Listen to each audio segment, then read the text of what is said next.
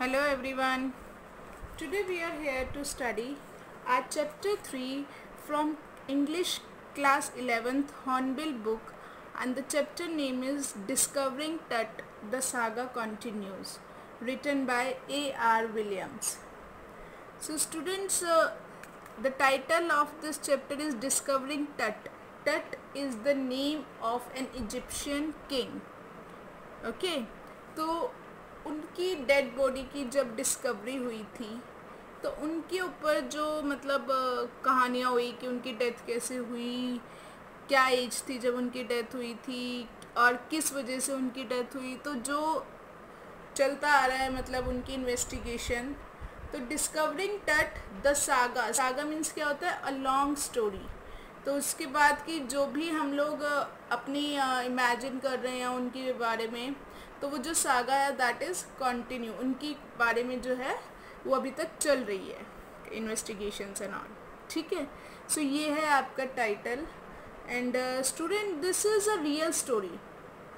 Egypt, आपको बताऊँ, Egypt एक कंट्री है, हैज़ एंशियंट सिविलाइजेशन। ठीक है, there came so many rulers and all have the desires to become immortal, as they used to believe that there is a life after death, and for this thing they used to make their tomb in cemetery called Valley of Kings.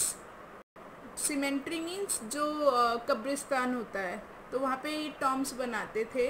ठीक है, तो उस symmetry को क्या बोला जाता था, valley of Kings.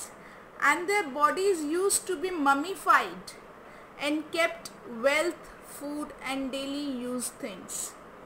और उनकी जो डेड बॉडीज़ होती थी, जब उन्हें बरी किया जाता था, उन्हें दफनाया जाता था, उन्हें मम्मीफाइड किया जाता था, मतलब उसको एक कुछ क्रीम वगैरह होती थी जिससे पेस्ट कर देते थे ताकि उसकी जो बॉडी है वो मतलब सेफ रहे। उसकी बॉडी जो है, जैसे डेड बॉडीज जो होती है कुछ सालों बाद अगर हम बरी करते हैं तो जिससे वो बिल्कुल गल सी जाती है, ख़त्म हो जाती है, बॉडी से बोन्स रह जाती है, तो ऐसे अगर वो मर्मीफाइड कर देते हैं तो उनकी जो बॉडी है वो हमेशा रहती है सेफ। और उसके साथ साथ वो डेड बॉडी के साथ क्या रख देते, थोड़े वेल्थ, पैसा वैसा रख देते हैं, खाने पीने के आइटम, डेली रूटीन का सामान, ताकि उनको जो नेक्स्ट लाइफ होगी, मतलब they people use to believe that there is life after death. So उन्हें लगता था कि जब डेथ के बाद जो लाइफ होगी तो उसमें किसी तरह की कोई दिक्कत ना है, वो अपने साथ सब सामान लेके जा रहे हैं। Okay, so this chapter is a story based on reality.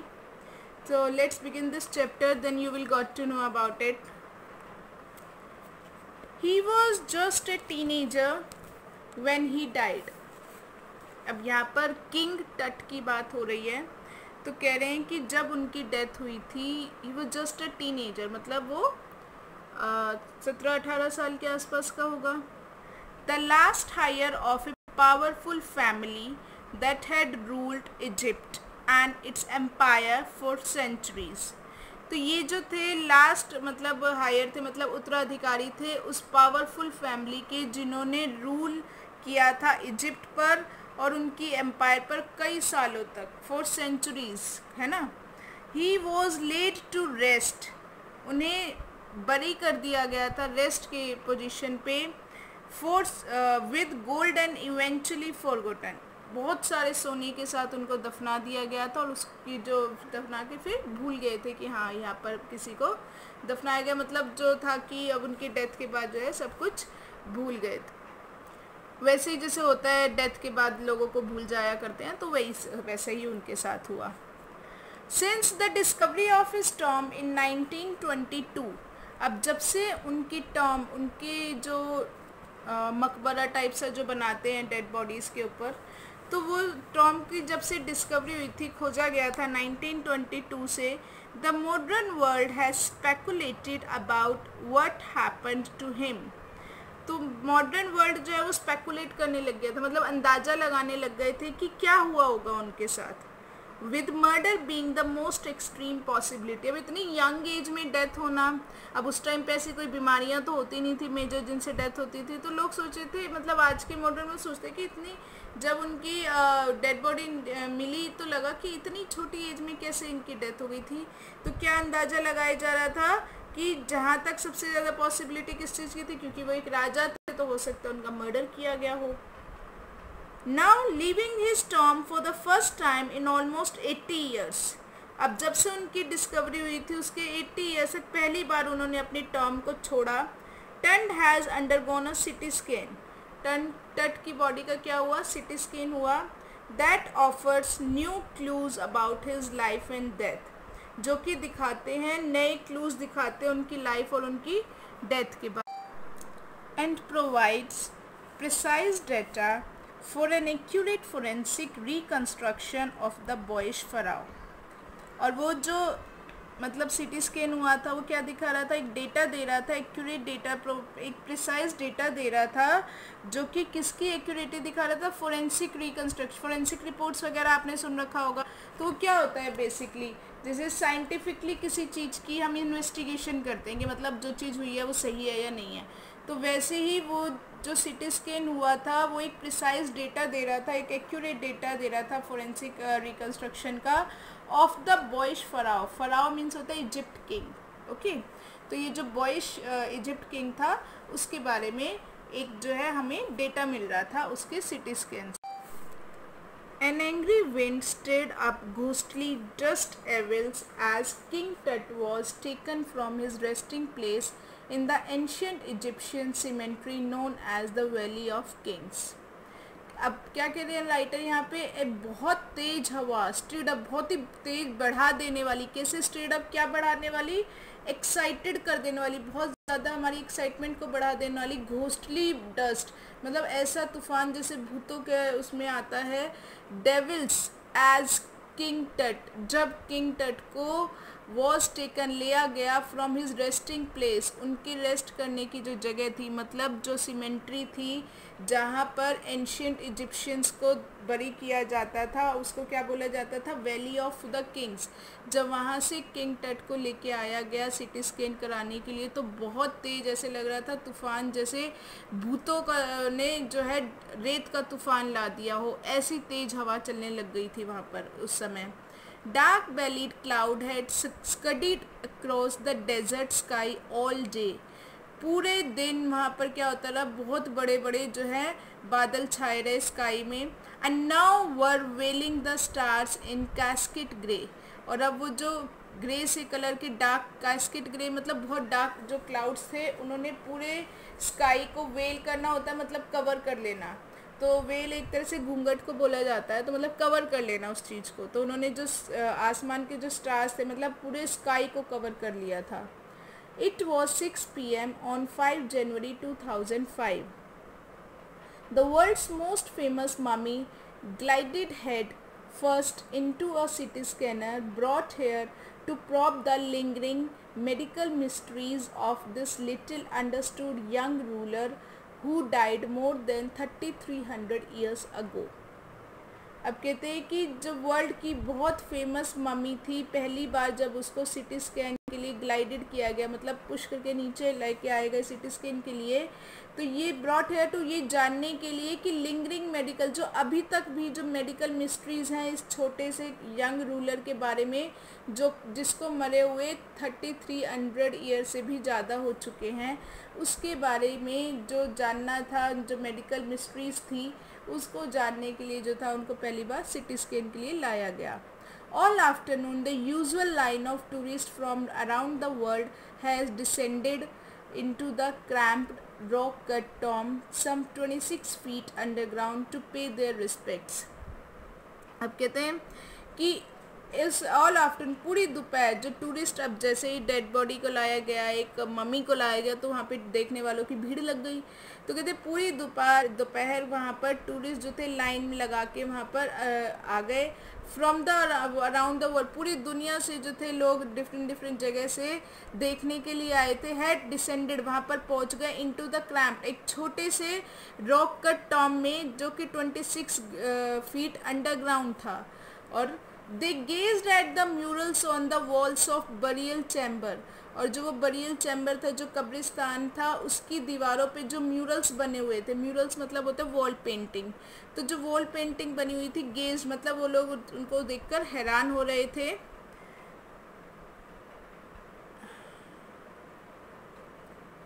And पीड एट टट्स गिल्डेड फेस, और वो देख रहे थे, पीड ना देखना मतलब वो देख रहे थे टट का जो गोल्ड शाइन करने वाला फेस था, उसको देख रहे थे। Some visitors read from guide book in a whisper, और कुछ विजिटर जो थे वहाँ पर गाइड बुक रखी हुई थी, उसमें से पढ़कर धीरे धीरे कुछ बोल रहे थे। अदर्स स्टूड साइलेंटली, और बाकी चुपचाप थे। Perhaps pondering Tut's untimely death in his late teens, शायद वो सोच रहे थे कि टट की जो अनटाइमली ये डेथ हुई थी उसके लेट टीन्स में, उसकी रीज़न सोच रहे होंगे। और wondering with a shiver if the pharaoh's curse death और misfortune falling upon those who disturbed him was really true, और शायद वो ये सोच रहे होंगे, सोच कर हैरान हो रहे होंगे, शिवर कर रहे होंगे, काँप रहे होंगे कि जब वो ये सोच रहे होंगे कि फराओ जो ये किंग था, इसके जो कर्स है मतलब श्राप था।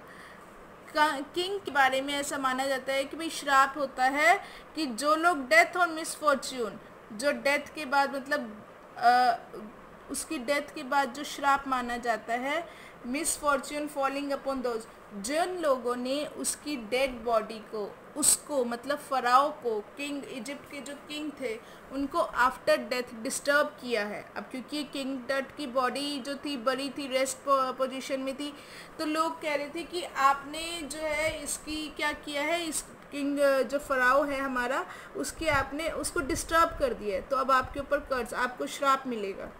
तो वो राइटर कह रहे हैं कि शायद ये लोग सोचेंगे ऐसा सच तो नहीं था, सच तो नहीं है कि भाई सच में इन्हें श्राप मिलेगा, ये सोच के ये लोग डर से काँप रहे होंगे।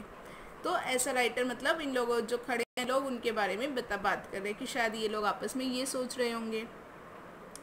The mummy is in very bad condition because of what Carter did in 1920s। अब मम्मी जो है बहुत ही बुरी कंडीशन में थी क्योंकि कार्टर ने जो किया था उसके साथ 1920s में। Said Zahi Hawass, secretary general of Egypt, supreme council of antiquities.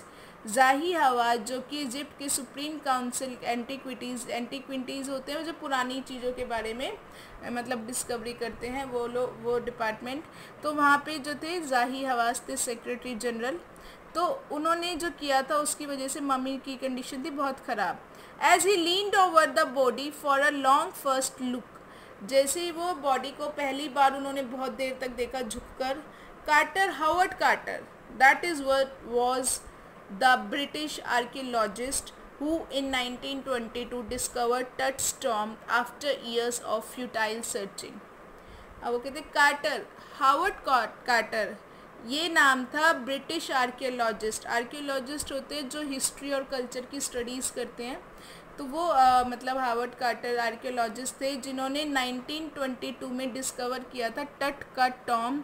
बहुत सालों की फ्यूटाइल मतलब बेकार करने वाली सर्चिंग, इतने सालों तक वो जो ढूंढते रहे, तो फाइनली उन्हें 1922 में टट की टॉम मिला। इट्स कंटेंट दो हैस्टिली रैंसैक्ड इन एंटिक्विटी, हालांकि जल्दबाजी में इसका जो वो है कंटेंट है वो एंटिक्विटी हो गया था, मतलब रैंसैक्ड हो गया था, लूट लिया गया था। उसकी जो है लग रहा था कि मतलब जो अगर उसकी जल्दबाजी ना की होती, तो क्या कह रहे हैं कि अगर हैस्टिली रैंसैक्ड, अगर एंटिक्विटी वालों ने जल्दबाजी ना की होती तो इसका जो सामान है, मतलब क्योंकि उसकी डेड बॉडी के साथ गोल्ड भी था, तो वो सब क्या हो जाता, लूट लिया जाता। They remain the richest royal collection ever found, और जो उनको मिला था वो अभी तक का मतलब सबसे ज़्यादा रॉयल कलेक्शन था, जो जितनी भी अभी तक इन्होंने डिस्कवरी जो जो चीज़ें ढूंढी थी। And have become part of the pharaoh's legend, और वो फराओ की जो लेजेंड स्टोरी थी उसका हिस्सा बन गया था। Stunning artifacts in gold, artifacts होते हैं मैन मेड थिंग्स, तो हैरान कर देने वाली गोल्ड था वहाँ पर जो लोगों के द्वारा बनाया गया था। Their eternal brilliance means to guarantee resurrection, उनकी जो इतना ब्रिलियंट काम किया गया था इस डेड बॉडी को ममीफाइड करने के लिए, तो कहते हैं कि वो क्या था, रिसरेक्शन था, मतलब means to guarantee resurrection, resurrection means होता है रीबर्थ, तो वो इस चीज़ की गारंटी देता है कि उन लोगों का मानना था कि रीबर्थ होता है, लाइफ आफ्टर दैट होती है। Caused A sensation at the time of discovery, तो उससे जो था जब डिस्कवरी हुई थी तो उससे मतलब एक सेंसेशन सी फील होने लगी थी कि उस टाइम लोग ऐसा सोचते थे। And still get the most attention, और अभी भी ये चीज़ जो है बहुत ज़्यादा अटेंशन हमारे लिए क्रिएट करती है। But that was also buried with every day things he would want in after life. टट की जो बॉडी थी उसको जब बरी किया गया था तो डेली यूज़ में काम आने वाली जो चीज़ें थी जो कि आफ्टर लाइफ काम आ सकती थी उनकी, उन सब चीज़ों के साथ बरी किया गया था। और क्या चीज़ें थी वो, board games, a bronze razor, linen undergarments, cases of food and wine. After months of carefully recording the pharaoh's funerary treasure, Carter began investigating his 3 nested coffins. अब कहते कई महीनों की बहुत अच्छे से रिकॉर्डिंग करने के बाद, ध्यान से रिकॉर्डिंग करी, किस चीज़ की रिकॉर्डिंग करी, फ़राओ की जो फ्यूनररी ट्रेजर था, मतलब फ़राओ को जब दबाया गया था, दफनाया गया था, तो उसके साथ जो ट्रेजर, जो खजाना था, उसकी प्रॉपर रिकॉर्डिंग की गई कि क्या क्या सामान आया, पूरा उसको मेंटेन किया गया डेटा। उस वो करने के बाद कार्टर ने क्या किया, उसके जो 3 नेस्टेड, जो 3 लेयर का कॉफिन था, उसकी इन्वेस्टिगेशन शुरू करी। ओपनिंग द फर्स्ट, पहले खोलने के बाद ही found a shroud adorned with garland of willow and olive leaves, wild celery, lotus petals and cornflowers. अब जब पहला वो लिड हटाया तो उसे क्या मिला, एक श्राउड, एक कफन मिला जो कि एडॉर्न्ड था, मतलब डेकोरेट किया गया था गार्लैंड ऑफ विलो, विलो की मालाओं से, ऑलिव लीव्स से, वाइल्ड सेलरी मतलब अजवाइन होती है एक तरह से, लोटस पेटल और cornflower. The faded evidence of a burial in March और अप्रैल।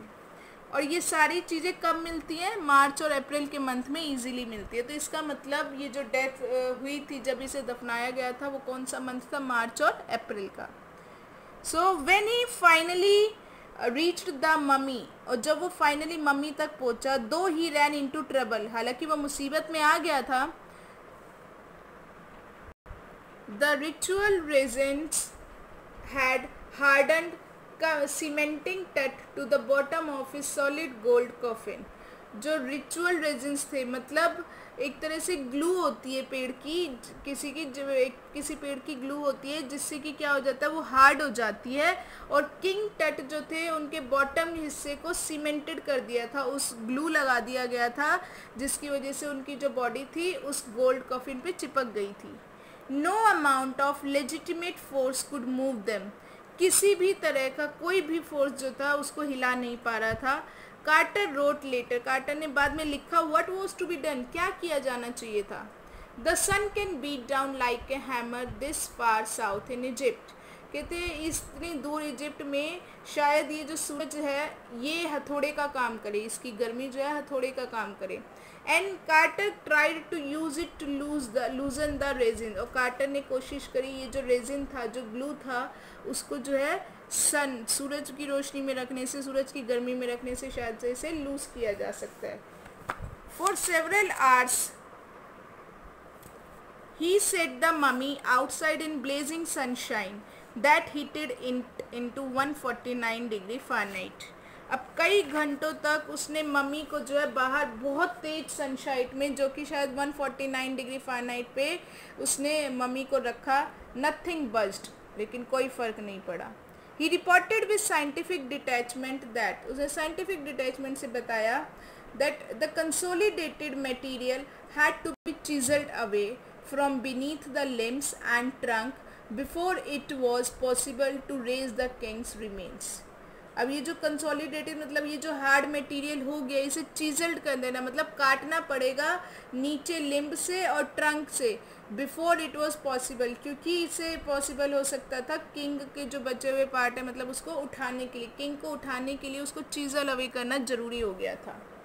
इन हिज डिफेंस, और क्योंकि ऐसा इसकी परमिशन नहीं दी जाती है यूजुअली कि कोई डेड बॉडी को जो है काटा जाए, तो जब किंग वो उन्हें लगा कि कहीं वो फंस ना जाए इस तरह से, तो उन्होंने अपने बचाव में क्या कहा, Carter really had little choice, Carter के पास कोई चॉइस नहीं थी। If he had not cut the mummy free, अगर वो मम्मी को फ्री करने के लिए काटते नहीं, thieves most certainly would have circumvented the guards and ripped it apart to remove the gold. कहते हैं जो ये चोर हैं, सरकमवेंटेड होता है मतलब किसी को धोखा दे देना, तो वो क्या कहते हैं कि चोर आते हैं और इस गार्ड्स को धोखा देके और क्या करते थे, इसके सारा जो गोल्ड है उसे रिप्ट कर लेते, मतलब फाड़ फाड़ इसकी बॉडी से जो है गोल्ड अलग करके ले जाते गार्ड्स को धोखा देके. तो इसीलिए क्या कह रहा है उसने कि हम मेरे लिए ये ज़रूरी हो गया था कि इस मम्मी को है अलग किया जाए, तो इसलिए उसने उसको काट के अलग किया. In Tut's time the royals were fabulously wealthy. टट के टाइम पे जो रॉयल्स थे, जो राजघराने थे, वो बहुत ही ज़्यादा वेल्दी, पैसे वाले थे. एंड दे थॉट और hoped they could take their riches with them. और वो ये सोचते थे और मानते थे कि वो अपने साथ अपना पैसा लेके जा सकते हैं मरने के बाद. For his journey to the great beyond King Tut was lavished with glittering gold goods, precious collars, inlaid necklace and bracelets, rings, amulet, a ceremonial apron, sandals, sets off for his finger and toes. अब वो क्या कह रहे हैं कि जब उन्हें लगता था कि हाँ हम अपना पैसा अपने साथ लेके जा सकते हैं, और इसी वजह से for his journey the great beyond King Tut की जो जर्नी थी आगे की, मतलब डेथ के बाद की जर्नी के लिए उन्होंने बहुत ज़्यादा क्या किया, लेविशली बहुत ज़्यादा ग्लिटरिंग गुड्स दिए. क्या क्या गुड्स, चमकने वाले गुड्स सामान दिया. और उन सामानों में क्या था, महंगे वाले कॉलर्स थे, इनलेट जड़े हुए नेकलेस और ब्रेसलेट थे, अंगूठियाँ थी, ताबीज़ थे, सेरेमोनियल एप्रन मतलब जो ट्रेडिशनली एप्रन होते थे, सैंडल्स और हाथों में और टोज़ में पहनने की जो शील्ड्स होती थी, और new iconic inner coffin and mask, और बहुत ही देखने लायक कॉफिन और मास्क था. ऑल ऑफ प्योर गोल्ड, और ये सब कुछ किसका था, प्योर गोल्ड का था. To separate Tut from his adornments Carter's men removed the mummy's head and severed nearly every major joint. अब वो क्या कहते हैं कि टट को जो है एडॉर्नमेंट, उसके साथ सजावट के सामान से अलग करने के लिए कार्टर के जो आदमी थे उन्होंने मम्मी के हेड को और जो मेजर जॉइंट थे उनको काट दिया था अलग करने के लिए. Once they had finished, और जब एक बार उनका काम हो गया, they reassembled the remains on a layer of sand in a wooden box with padding that concealed the damage the bed where Tut now rests. और कहते हैं एक बार जब उनका काम हो गया उन्होंने दोबारा से जो है उसे रीअसेंबल कर दिया, जोड़ दिया, और एक मिट्टी की एक लेयर बना के जो कि गद्दा बन गया था, पैडिंग मतलब उनका गद्दा बन गया था एक वुडन के बॉक्स में, उसको क्या कर दिया था, कंसील्ड द डैमेज, जो टूटा हुआ पार्ट था उसे छुपा दिया गया था, और वहीं पर जो है वो उनका एक बेड हो गया था जहाँ पर किंग टट जो अब रेस्ट कर रहे थे, मतलब रखे गए थे. Archaeology has changed substantially in the intervening decades. आने वाले डेकेड्स में आर्कियोलॉजिस्ट जो है बहुत ज़्यादा काफ़ी हद तक चेंज हो गई थी. Focusing less on treasure and more on fascinating details of life. अब पहले की तरह मतलब ट्रेजर खजाने के ऊपर ध्यान नहीं दिया गया था, बल्कि उनकी लाइफ की डिटेल के बारे में ध्यान दिया गया. एंड इंटरगोइंग मिस्ट्रीज ऑफ डेथ, और उनकी डेथ कैसे हुई थी इसके बारे में, इन मिस्ट्रीज़ को सुलझाने के लिए फोकस किया जा रहा था. It also uses more sophisticated tools, और अब तो बहुत ही ज़्यादा सोफिस्टिकेटेड टूल्स भी यूज़ होने लगे थे, including medical terminology. In 1968, more than 40 years after Carter's discovery, an anatomy professor X-rayed the mummy and revealed a startling fact. beneath the resin that cakes his chest, his breastbone and front ribs are missing.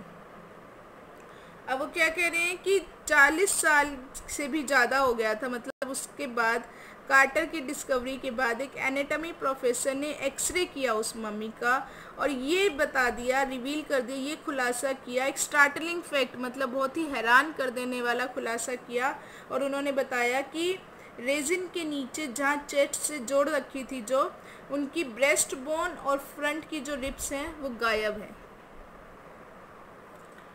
Today diagnostic imaging can be done with computed tomography और CT by which hundreds of X-rays in cross section are put together like slices of bread to create a 3-dimensional virtual body.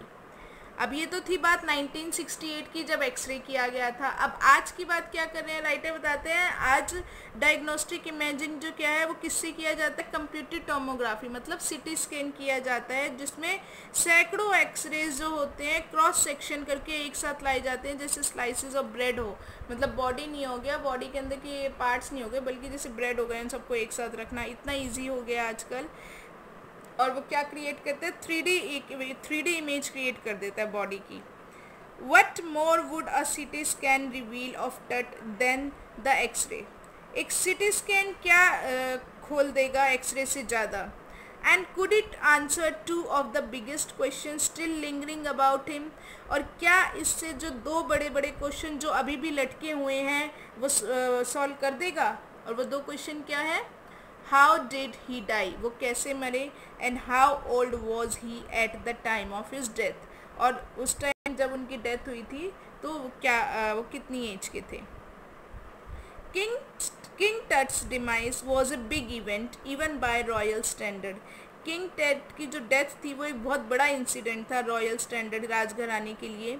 He was the last of his family's line, वो अपनी family राजघराने के लास्ट थे। And his funeral was the death rattle of a dynasty, और उनकी death के जो था उसने ख़त्म कर दिया एक राजवंश को। But the particulars of his passing away and its aftermath are unclear, लेकिन जो पर्टिकुलर्स थे उनकी डेथ के और जो उसके बाद क्या रिज़ल्ट रहा वो सब अनक्लियर था।